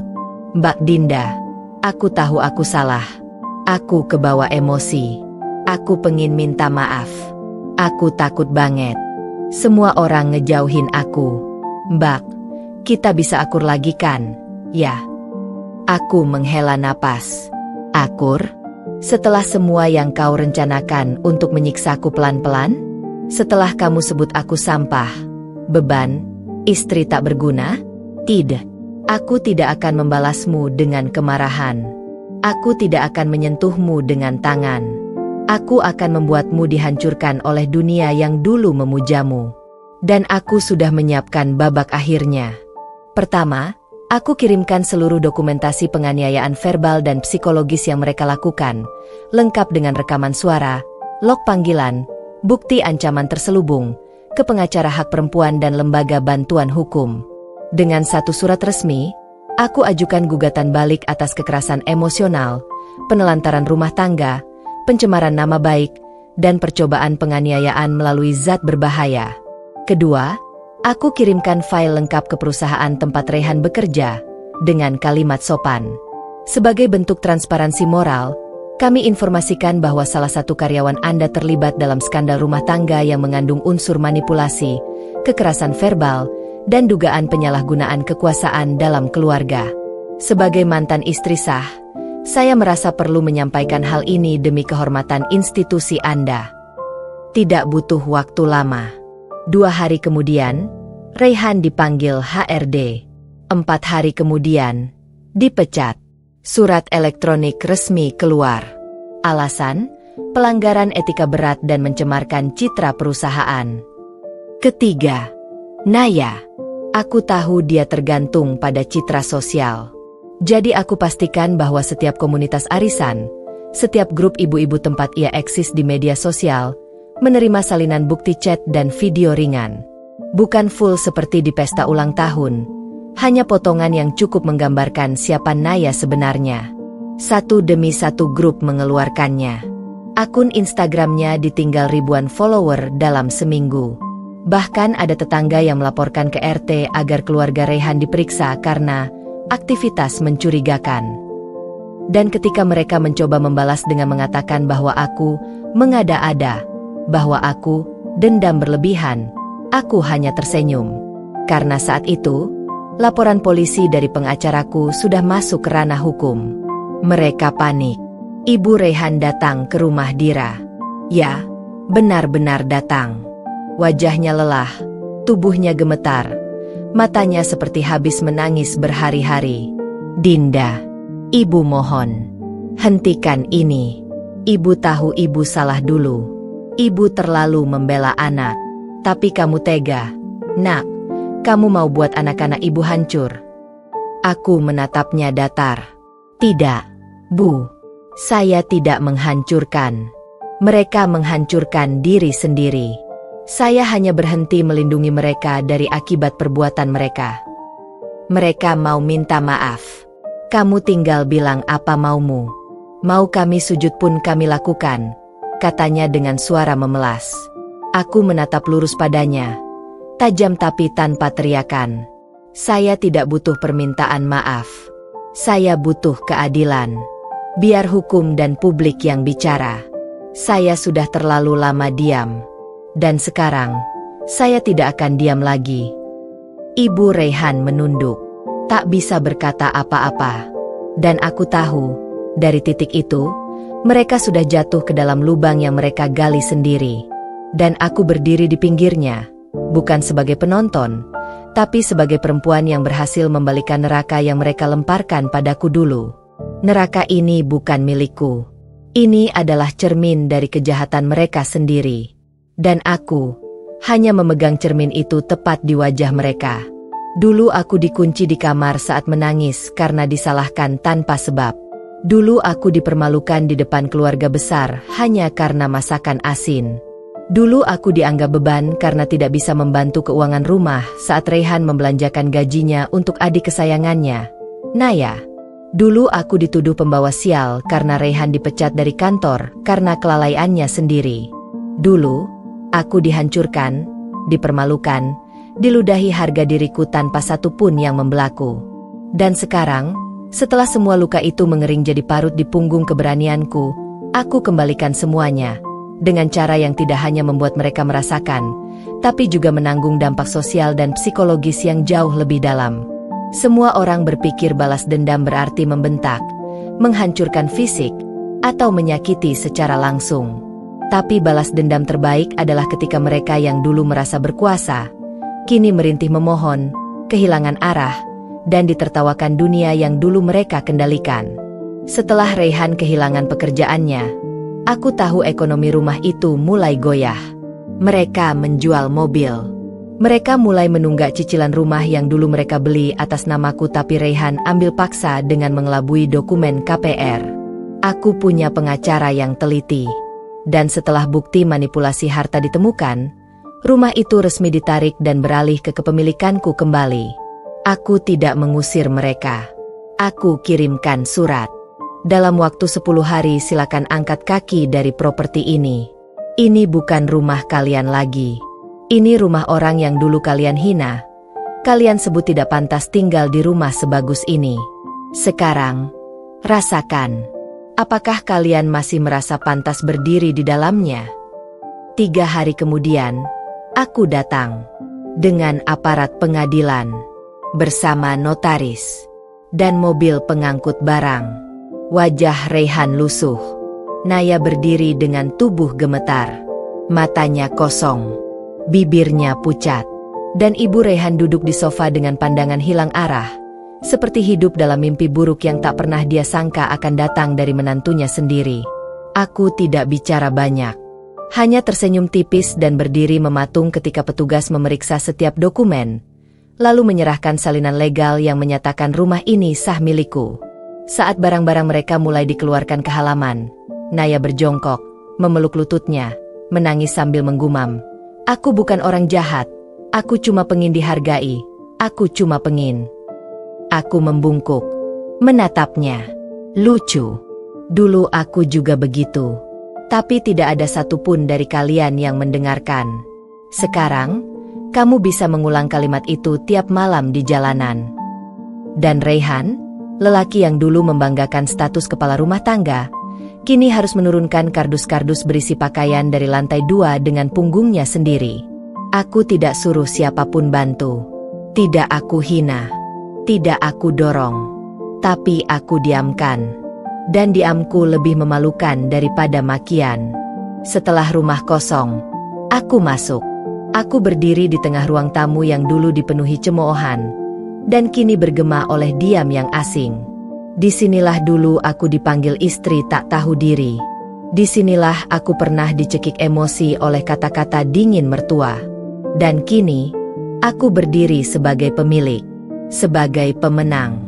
Sore harinya, Aku kirimkan foto rumah yang telah direnovasi kecil-kecilan ke grup keluarga besar. Captionnya sederhana. Terima kasih atas semua pelajaran hidup dari keluarga ini. Rumah ini akhirnya menjadi rumah, bukan lagi penjara. Dan reaksi dari grup? Dukungan penuh. Tante-tante yang dulu bungkam kini menyemangati. Sepupu yang dulu tak percaya kini mengakui. Bahkan dua bibi tua yang dulu terlalu sibuk memihak akhirnya berkata, Dinda memang perempuan kuat. Kami semua salah menilai. Tak lama berselang, aku menerima undangan wawancara dari podcast Perempuan Berpengaruh. Mereka ingin aku berbagi kisah tentang kekerasan emosional dalam rumah tangga, tentang bagaimana perempuan bisa bangkit tanpa harus kehilangan kendali. Dan disinilah klimaksnya. Wawancara itu viral. Ribuan komentar masuk. Banyak yang mengenali bahwa Raihan dan Naya itu nyata. Wajah mereka terbongkar. Masa lalu mereka dibedah publik. Nama mereka tenggelam dalam gunjingan dan cacian netizen. Dan aku duduk di hadapan kamera. Tenang. Tidak menjelekkan. Hanya menyampaikan fakta. Tanpa drama. Tanpa air mata. Aku bukan ingin membalas. Aku hanya ingin keadilan. Dan kadang, keadilan datang dengan cara yang paling pahit bagi mereka yang menolak bercermin. Hari itu, aku pulang ke rumahku. Rumah yang dulu jadi saksi penderitaan, kini jadi tempat kebangkitan. Aku membuka jendela lebar-lebar, memandang langit yang bersih. Mereka pernah melemparku ke dasar, tapi aku membalas dengan menjadikan langit batasku. Dan sekarang, saat dunia tahu siapa aku dan siapa mereka yang sebenarnya, aku bisa tersenyum, karena yang mereka lempar padaku dulu, kini kembali ke mereka. Tapi kali ini, dikalikan 10 kali lipat. Hidup ini seringkali baru terasa bernapas saat kita membuang beban-beban yang kita kira dulu adalah kewajiban. Dulu aku mengira mengurus Raihan adalah wujud pengabdian. Menahan diri dari caci maki ibu mertuaku adalah bentuk kesabaran. Dan membiarkan Naya menyayatku setiap hari dengan kalimat pedasnya adalah bentuk ketabahan sebagai seorang ipar. Ternyata tidak. Itu semua adalah bentuk pengabaian terhadap diriku sendiri. Dan setelah aku membebaskan diriku, setelah aku berdiri di atas kaki sendiri tanpa satupun dari mereka, aku sadar, aku hidup lebih utuh tanpa mereka. Tapi mereka justru hancur tanpa kehadiranku. 3 bulan sejak rumah kembali menjadi milikku, aku merenovasi seluruh sudutnya. Tak ada lagi ruang yang mengandung kenangan menyakitkan. Kamar tidur utama kini jadi ruang kerjaku yang hangat, bersih, dan tenang. Dapur tempat aku pernah dihina kini menjadi studio kecil tempat aku membuat konten memasak sehat dan bercerita tentang kehidupan perempuan mandiri. Dan ruang tamu kini menjadi tempat aku menyambut orang-orang yang benar-benar menghargai keberadaanku. Channel YouTube yang dulu kugunakan untuk mendokumentasikan resep sederhana kini berkembang pesat. Ceritaku yang viral dari podcast itu menarik perhatian ribuan perempuan. Mereka menulis surat padaku, mengirim email panjang berisi luka yang serupa, memohon nasihat, meminta kekuatan. Dan aku beri mereka itu, bukan sebagai korban, tapi sebagai perempuan yang sudah sembuh dan ingin melihat yang lain sembuh juga. Aku menjadi bintang tamu di beberapa komunitas perempuan. Diundang dalam seminar kampus. Bahkan menjadi narasumber tetap di program radio lokal bertema, Bangkit Setelah Disakiti. Dan di balik semua gemerlap itu, satu hal paling penting adalah ini. Aku bahagia. Bahagia bukan karena aku membalas, tapi karena aku bebas. Bebas dari tekanan, dari suara-suara tajam, dari mata sinis, dari rasa tidak dihargai. Dan lebih dari itu, aku bebas menjadi diriku sendiri, tanpa harus menyusut demi menjaga ego orang lain. Lalu bagaimana dengan mereka? Raihan kini bekerja sebagai sopir ojek online. Aku tahu dari laporan singkat yang dikirim pengacaraku. Ia sempat melamar ke beberapa perusahaan tapi semua menolak. Rekam jejak digitalnya terlalu kuat untuk dihapus. Ia bahkan ditolak oleh perusahaan kecil karena dianggap berpotensi membuat masalah di kemudian hari. Naya, kabarnya tinggal bersama temannya di apartemen murah. Ia dikeluarkan dari 2 komunitas ibu-ibu elit, tidak lagi dipercaya di organisasi sosial tempat ia dulu jadi bendahara. Ia sempat mencoba membuat klarifikasi di media sosial, tapi netizen menyerangnya dengan komentar tajam dan fakta-fakta yang tak bisa dibantah. Akhirnya akunnya lenyap. Ibu Raihan tinggal berpindah-pindah dari rumah saudara satu ke saudara lain. Semua orang tahu kini bahwa ia pernah menutupi kelakuan anak-anaknya yang keji, dan banyak yang tak mau menerima dia lebih dari seminggu. Dulu ia menyuruhku diam karena katanya aib keluarga tak boleh tersebar. Kini ia hidup di dalam aib itu setiap hari, tanpa bisa lagi menutupinya. Mereka tidak hanya jatuh. Mereka jatuh tanpa siapapun yang mau menangkap. Dan saat aku membuka laptop, membaca ratusan pesan dari perempuan yang berkata, "Kak Dinda, aku jadi kuat karena kisahmu." Hatiku tidak lagi menyimpan dendam. Yang ada hanya rasa syukur. Karena ternyata, di balik semua kehancuran itu, aku menemukan diriku yang sebenarnya. Perempuan yang pernah direndahkan, tapi kini mengangkat derajatnya sendiri lebih tinggi dari apapun yang pernah mereka capai. Aku bahagia tanpa mereka, dan mereka hancur tanpa aku. Dan begitulah seharusnya, karena hidup akan selalu menyeimbangkan diri. Yang menginjak akan dipijak, yang menyayat akan disayat, yang merendahkan akan dipermalukan oleh semesta. Dan yang bertahan dengan hati kuat akan dibangkitkan lebih tinggi daripada sebelumnya. Dulu aku pernah merasa bahwa hidupku hanya sebatas dapur, ruang tamu, dan kamar tidur rumah Raihan. Hidupku sempit. Gerakku dibatasi stigma, dikurung aturan tak tertulis, dan dijerat oleh label sebagai istri yang harus tahu diri. Tapi kini, setelah semua badai reda, aku tahu satu hal pasti. Akulah yang menentukan ukuran panggung hidupku. Bukan mereka. Bukan Raihan. Bukan Naya. Bukan ibu mertuaku. Tapi aku. Hanya aku. Dan ketika aku memegang kendali penuh atas hidupku, segalanya berubah drastis. Aku bukan lagi Dinda yang hanya bisa menangis diam-diam di dalam kamar sambil menutup mulut agar tangis tak terdengar. Aku bukan lagi perempuan yang gemetar jika Naya mendekat atau Raihan menaikkan suara. Aku sekarang adalah perempuan yang menginspirasi ribuan orang untuk bangkit dari titik terendahnya. Aku berdiri, tegak, tanpa rasa takut sedikit pun. Setelah gelombang dukungan dari publik, tawaran datang dari mana-mana. Tapi aku tak memilih jalur instan. Aku tetap membangun dari bawah, dengan integritas. Aku memutuskan untuk membentuk komunitas bernama Perempuan Bangkit, tempat bagi para perempuan yang pernah dihancurkan secara emosional, fisik, dan sosial untuk bangkit dan berdiri lagi bersama. Di dalamnya, kami saling berbagi pengalaman, saling menguatkan, memberikan pelatihan keterampilan, dan membuka ruang usaha kecil-kecilan agar mereka bisa mandiri. Dari sekadar komunitas online, Perempuan Bangkit menjelma menjadi gerakan nyata. Aku menggandeng psikolog, pengacara, ahli keuangan, dan bahkan influencer yang peduli pada isu perempuan. Kami turun langsung ke kampung-kampung, mengadakan pelatihan, membuka sesi curhat gratis, hingga pendampingan hukum bagi mereka yang mengalami kekerasan dalam rumah tangga. Aku menyaksikan perempuan-perempuan yang dulu datang padaku dengan mata sayu, kini mulai tersenyum lebar. Mereka yang dulu takut menyebut nama suaminya karena trauma, kini berani berbicara di panggung, menceritakan luka mereka sebagai kekuatan. Dan di tengah semua aktivitas itu, aku tetap menulis. Aku menuliskan semua luka, semua keberanian, semua proses penyembuhan dalam sebuah buku memoir berjudul Yang Pernah Terinjak, Kini Terbang. Buku itu diterbitkan dan laku ribuan eksemplar dalam 2 minggu.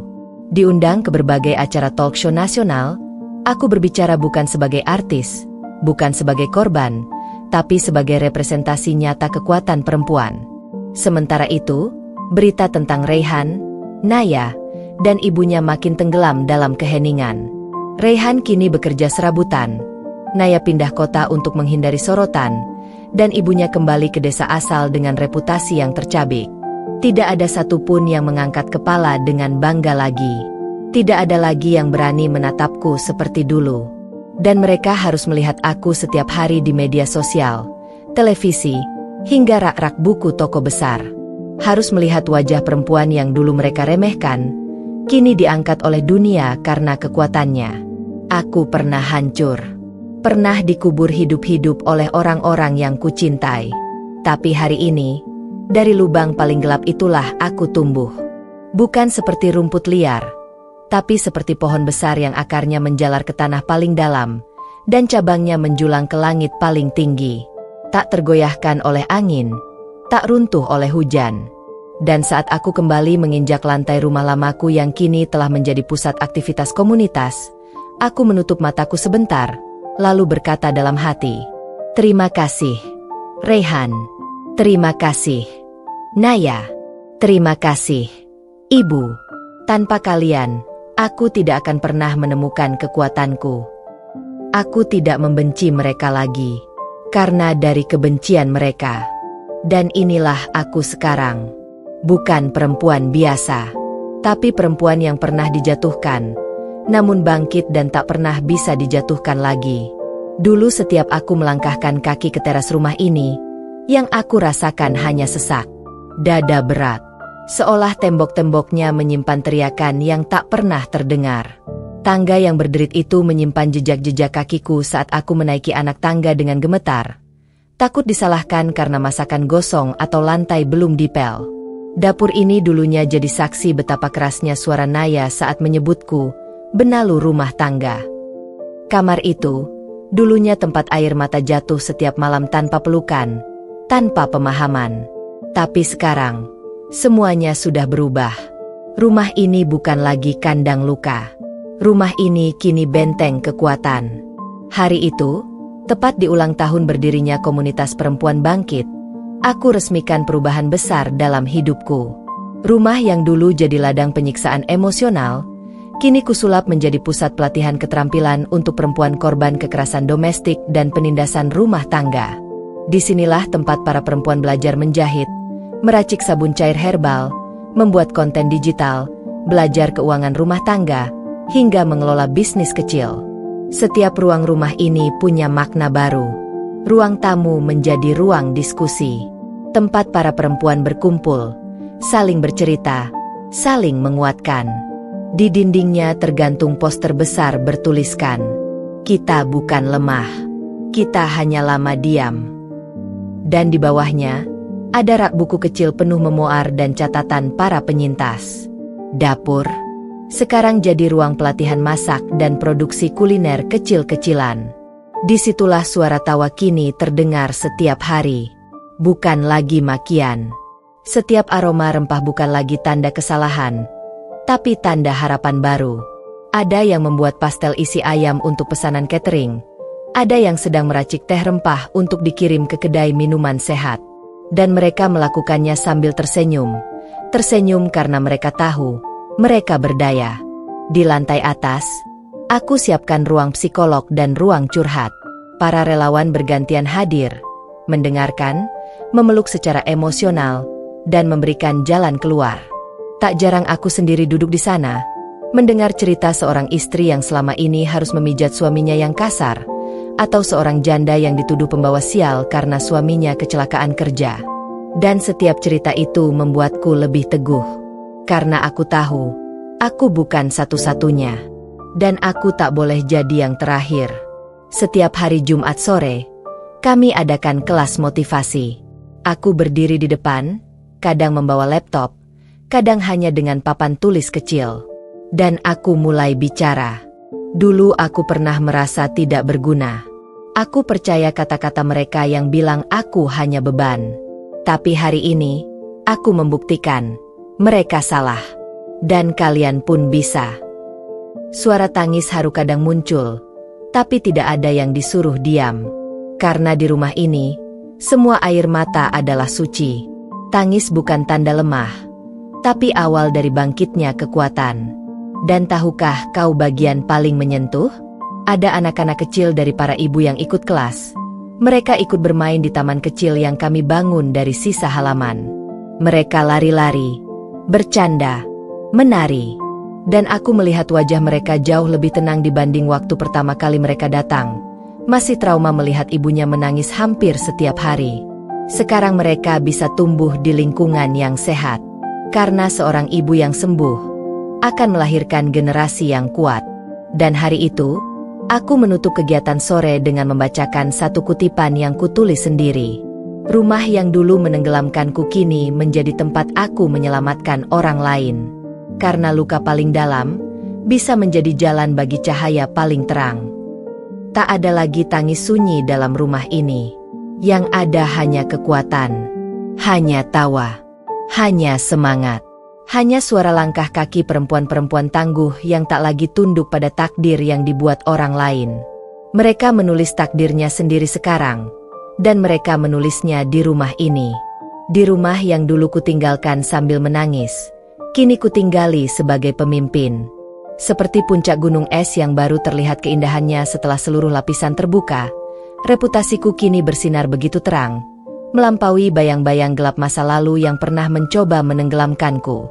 Aku diundang sebagai pembicara utama di Konferensi Nasional Perempuan Inspiratif, bertemu wakil kementerian, tokoh advokasi, aktor-aktor perubahan, hingga perwakilan organisasi PBB untuk isu gender. Nama Dinda kini bukan sekadar nama biasa, melainkan logo kekuatan yang terpampang di backdrop panggung besar, di atas karpet merah yang biasanya hanya dipakai selebritas. Saat tiba di konferensi, aku melihat deretan banner bertuliskan, "Membuka pintu kesetaraan, dari sunyi menjadi suara." Dan di situ, foto profilku tersenyum menghadap hadirin. Aku duduk di podium, mengenakan blazer putih bersih, rambut yang ditata rapi, dan sorot mata tenang penuh keyakinan. Saat mikrofone menyala, tepuk tangan bergemuruh. Aku mulai bicara. Dulu saya hanya perempuan biasa, tanpa gelar, tanpa kekayaan. Hanya luka yang menumpuk setiap hari dari orang-orang yang saya cintai. Bahkan orang-orang itu tak tahu, luka-luka itulah yang membentuk keberanian saya. Keberanian untuk berdiri ke dalam terang, bukan sekadar bertahan dalam gelap. Sesi tanya jawab dibuka, para hadirin dari berbagai penjuru memberikan pertanyaan tentang strategi membangun komunitas, tentang cara mengelola trauma, tentang bagaimana menjaga integritas saat menjadi sorotan publik. Semua itu kulayani dengan lugas. Aku berbagi tip bagaimana meracik racun psikologis untuk menjauhkan diri dari orang negatif. Tentu saja kiasan, bukan anjuran kekerasan. Bagaimana membuat pesta penghancuran reputasi musuh menjadi sebuah panggung pembelajaran bagi banyak orang. Pada akhir sesi, MC bertanya, "Ibu Dinda, adakah pesan terakhir untuk para perempuan yang masih berusaha bangkit?" Aku menatap seluruh lapangan, lalu mengangkat satu tangan. Ingat, nama kita bukan diukur dari siapa yang mencoba menjatuhkan, tapi dari bagaimana kita bangkit setelah terjatuh. Jadilah cahaya di tengah kegelapan orang lain. Karena ketika kita memilih bersinar, bahkan bayangan paling gelap sekalipun akan tercecer tak berarti. Tepuk tangan berdiri tak henti-henti. Para delegasi berdiri, menyambutku dengan sanjungan. Ucapan, "Kita bangga padamu, Bu Dinda," berkumandang. Dan di momen itu, aku tahu, suara mereka adalah gema dari ribuan perempuan di luar sana yang dulu terbungkam. Kini suara itu menjadi satu, bergema, memecah kebisuan. Sementara itu, di kota kelahiranku, nama Dinda berubah menjadi label klinik konsultasi, label buku, label acara TV. Tak ada lagi topik pembicaraan soal Naya atau Reyhan. Mereka tak berani menyebut namaku lagi. Bahkan keluarga besar yang dulu sering berbisik kini memilih tutup mulut. Jika masih menyebut namaku, itu untuk minta maaf diam-diam lewat chat. Namun pesanku jelas, aku tak lagi mendengar. Aku tak butuh janji manis dari mereka yang dulu menelan racun kebencian.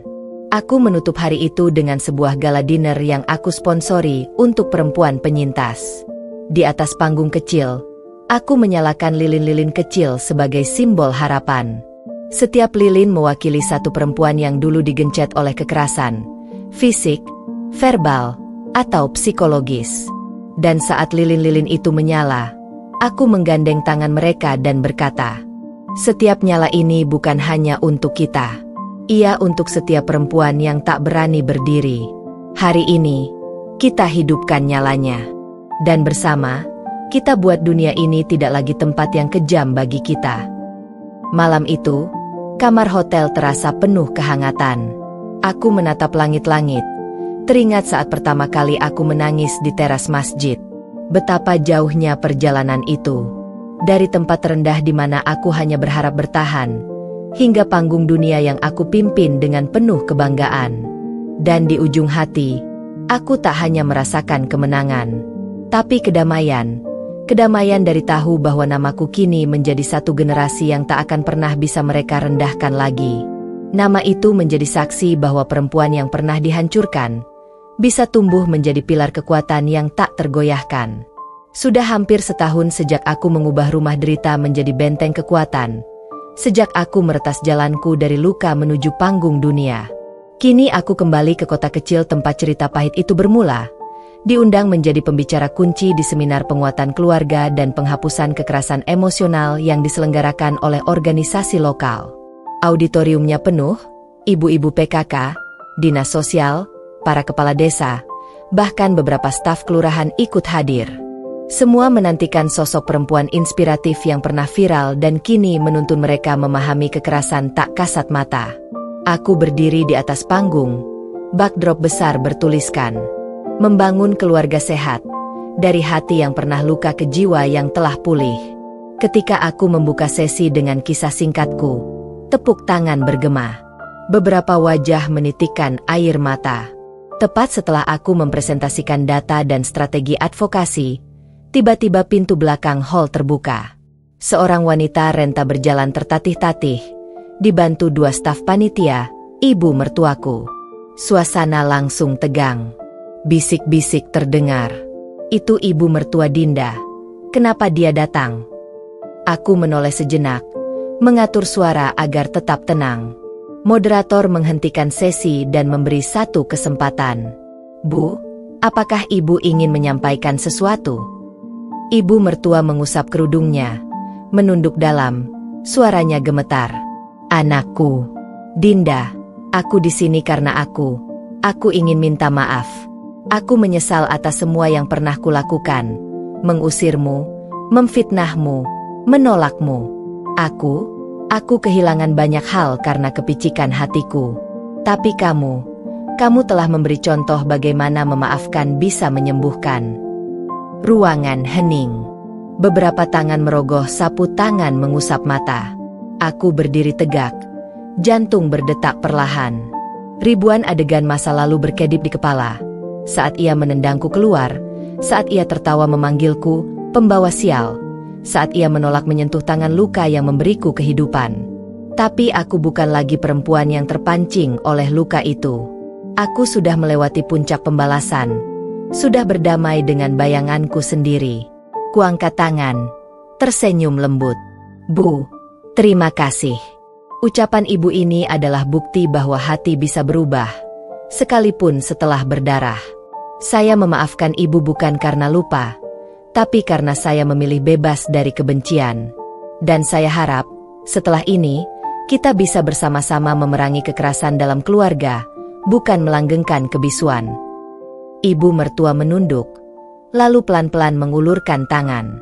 Aku turun dari podium, berjalan menghampiri, dan berjabat tangan, lambang pelurusan luka.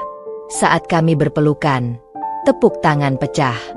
Bukan cemoohan, bukan sinis, melainkan tepuk tangan pengakuan akan kekuatan maaf. Di antara tepuk tangan itu, aku menangkap pandangan Sabar Dira dan tim Perempuan Bangkit. Mereka tersenyum bangga. Aku tahu, di detik itu, aku benar-benar telah menutup bab gelap, bukan dengan kebencian, tapi dengan maaf yang membebaskan. Dan suara 1000 hati di ruangan itu menjadi saksi bahwa perempuan yang pernah dibuang bukan hanya bisa kembali, tapi bisa menuntun semua orang pulih bersama. Aku selalu percaya, kekuatan sejati bukan sekadar bangkit untuk diri sendiri, tapi juga bangkit untuk generasi selanjutnya. Saat membangun perempuan bangkit, aku membayangkan bukan hanya perempuan dewasa yang akan pulih, tapi anak-anak yang tumbuh di dalam keluarga bebas kekerasan akan mewarisi keberanian itu sebagai identitas alami mereka. Dan hari itu, impian itu menjadi nyata. Di halaman rumah yang dulu berdinding luka, kini berdiri panggung terbuka di tengah taman kecil, upacara pelantikan Duta Perempuan Bangkit. Bendera komunitas berkibar, dan para tamu undangan berdiri menunggu. Anak-anak perempuan usia 8-15 dari komunitas dan lingkungan sekitar berkumpul memakai seragam putih merah, memegang poster kecil bertuliskan, "Suara anak perempuan adalah suara harapan." Aku berdiri di panggung bersama 5 anak perwakilan. Mereka yang dulu datang menahan tangis melihat ibunya tercabik harga diri, kini siap mengucap ikrar perubahan. Aku berjanji akan berdiri melawan ketidakadilan, melindungi teman-temanku yang tertekan, dan menyebarkan keberanian. Satu persatu mereka maju, suaranya gemetar tapi tegas. Setiap langkah kaki di atas panggung muncul senyum haru dari para ibu yang dulu menonton tangisan mereka. Para remaja pun ikut bertepuk tangan, memahami bahwa anak-anak ini bukan objek belas kasihan, tapi agen perubahan. Acara dilanjutkan dengan pameran karya kreatif, poster anti kekerasan, video pendek hasil kerjasama ibu dan anak, hingga stand bunga herbal buatan para ibu yang sukses masuk pasar lokal. Semua menandakan, rumah ini telah menjadi laboratorium kreativitas dan empati, tempat di mana luka dimurnikan menjadi energi yang membangun. Di antara kerumunan, aku melihat wajah-wajah yang dulu menghina, beberapa tetangga lama, sepupu yang dulu menghindar, bahkan beberapa anggota keluarga Rehan yang kini hanya hadir sebagai saksi perubahan. Mereka berdiri diam, beberapa menunduk, merasakan getaran haru dan penyesalan yang tak terucap. Pada puncak acara, aku mengundang salah satu duta termuda, seorang gadis usia 9 yang dulu bersembunyi ketika ibunya dimarahi, berbicara di mikrofon. Saya dulu takut bicara karena ibuku pernah dilarang suarakan kesedihan. Tapi sekarang, aku belajar bahwa bicara adalah awal kebebasan. Dan aku akan jadi suara bagi ibu-ibu yang masih diam. Tepuk tangan bergemuruh lebih panjang dari sebelumnya. Suara itu bukan hanya berisi kata-kata remaja. Ia menyalakan api harapan di hati semua orang hadir. Dan pada saat itulah aku menyadari betapa jauhnya kita telah melangkah. Nama, Naya, yang dulu dipanggil dengan nada penuh cemooh, sekarang hanya tinggal sejarah kelam. Di antara deretan nama para duta yang terukir di papan kehormatan, tidak ada satupun Naya. Namanya hilang, terkubur oleh sikap kejam yang akhirnya membuatnya dibenci bahkan oleh bayangannya sendiri. Acara diakhiri dengan penyerahan sertifikat resmi sebagai Duta Perempuan Bangkit. Anak-anak keluar dari panggung sambil memegang sertifikat. Senyum mereka memancar. Para ibu mengangkat ponsel, merekam momen bersejarah. Ketika anak-anak bangkit, dunia ikut berubah. Pada malam harinya, aku duduk di teras rumah, memandangi lampu-lampu taman yang berkelip. Dira mendampingiku, tersenyum lelah tapi bahagia. Lihatlah mereka. Li, ini masa depan yang kamu ciptakan. Aku menunduk, menatap foto-foto anak-anak di depan panggung, lalu menatap langit gelap yang penuh bintang. Mereka bukan korban, mereka penerus. Dan dengan mereka, nama kita akan diingat bukan karena kepahitan, tapi karena keberanian yang mengalir terus ke masa depan. Di titik ini, aku benar-benar tahu, kisahku bukan lagi tentang diriku sendiri. Ia tentang bagaimana satu perempuan bisa memantik ribuan perempuan, kecil dan dewasa, untuk menyalakan api perubahan. Dan cahaya itu tak akan padam. Karena anak-anak ini akan terus menularkan keberanian, menuliskan sejarah baru di atas fondasi yang dulu bergetar oleh kebencian. 1 tahun bukan waktu yang singkat untuk membalik halaman hidup.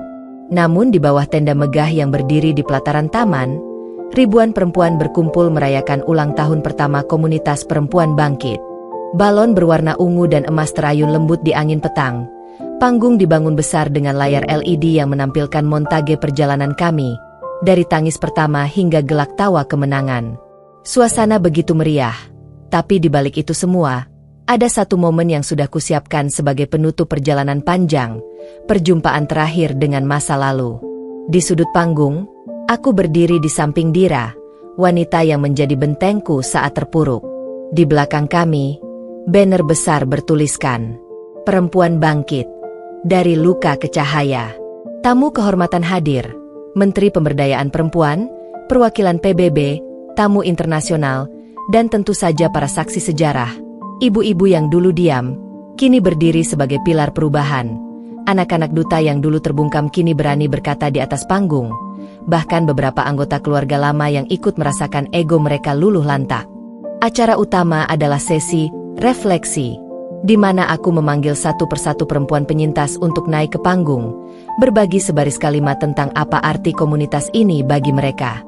Air mata haru mewarnai tiap cerita. Tepuk tangan tak pernah habis.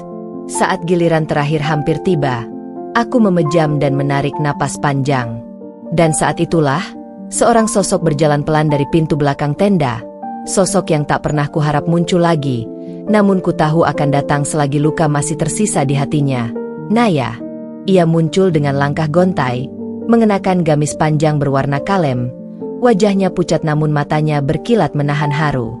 Di belakangnya, ada Raihan dan ibu mertuaku, menarik napas panjang seolah menyiapkan diri untuk menghadapi segalanya. Tepuk tangan terhenti spontan. Ratusan pasang mata menoleh. Aku membuka mata perlahan, menatap Naya, perempuan yang dulu kukira mustahil berkembang, namun kini berdiri dengan tubuh rapuh namun berani. Ia menggenggam mikrofon. Suaranya bergetar. "Dinda, aku datang bukan untuk meminta maaf lagi. Sudah terlalu banyak kata itu yang tak menyelesaikan apa-apa. Aku datang untuk berterima kasih. Karena tanpa luka yang kau bekali padaku, aku mungkin tak akan pernah tahu bagaimana meredam kebencian dalam diri. Tanpa pengusiran, aku tak akan tahu bagaimana membangun ruang aman.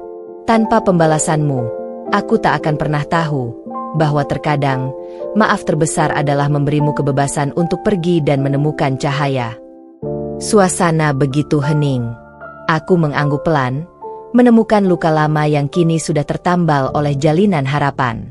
Raihan maju, menatap panggung, suaranya serak. "Dinda, bukan hanya Naya. Aku pun belajar membayar harga keegoisanku. Aku belajar bahwa cinta bukan soal memiliki, tapi soal melepaskan. Terima kasih telah mengajarkanku bahwa ketika ego luruh, cinta sejati yang akan tumbuh." Ibu mertua menutup mata sebentar, lalu berkata lembut, "Dinda, kamu telah menunjukkan bahwa perempuan bukan hanya bisa bertahan, tapi bisa memimpin.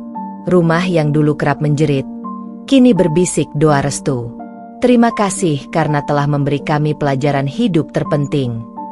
Tepuk tangan membahana, namun bukan cemoohan, melainkan pengakuan. Aku tersenyum, merasakan damai yang tidak pernah kurasakan sejak aku pertama kali menangis di pojok teras masjid.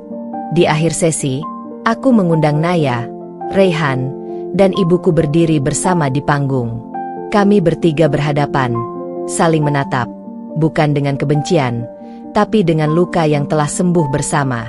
"Hari ini," aku berkata dengan suara tenang, "kita semua berdiri bukan sebagai musuh, tapi sebagai satu keluarga yang pernah terluka dan kini saling menguatkan. Tak ada dendam tersisa, hanya harapan yang terus berkobar." Lalu aku melepas selempang simbolis yang kuikat di pinggang panggung, melambangkan pergantian babak.